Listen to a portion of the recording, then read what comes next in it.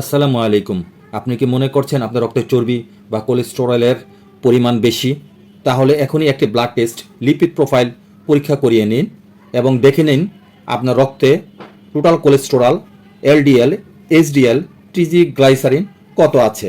যদি তা পরিমাণে বেশি থাকে তাহলে আপনি শুরু করতে পারেন এই গ্রুপের ওষুধগুলো, যেমন রোসুভাস্টাটিন 5-10-20, অ্যাটোরভাস্টাটিন 5-10-20 ইত্যাদি।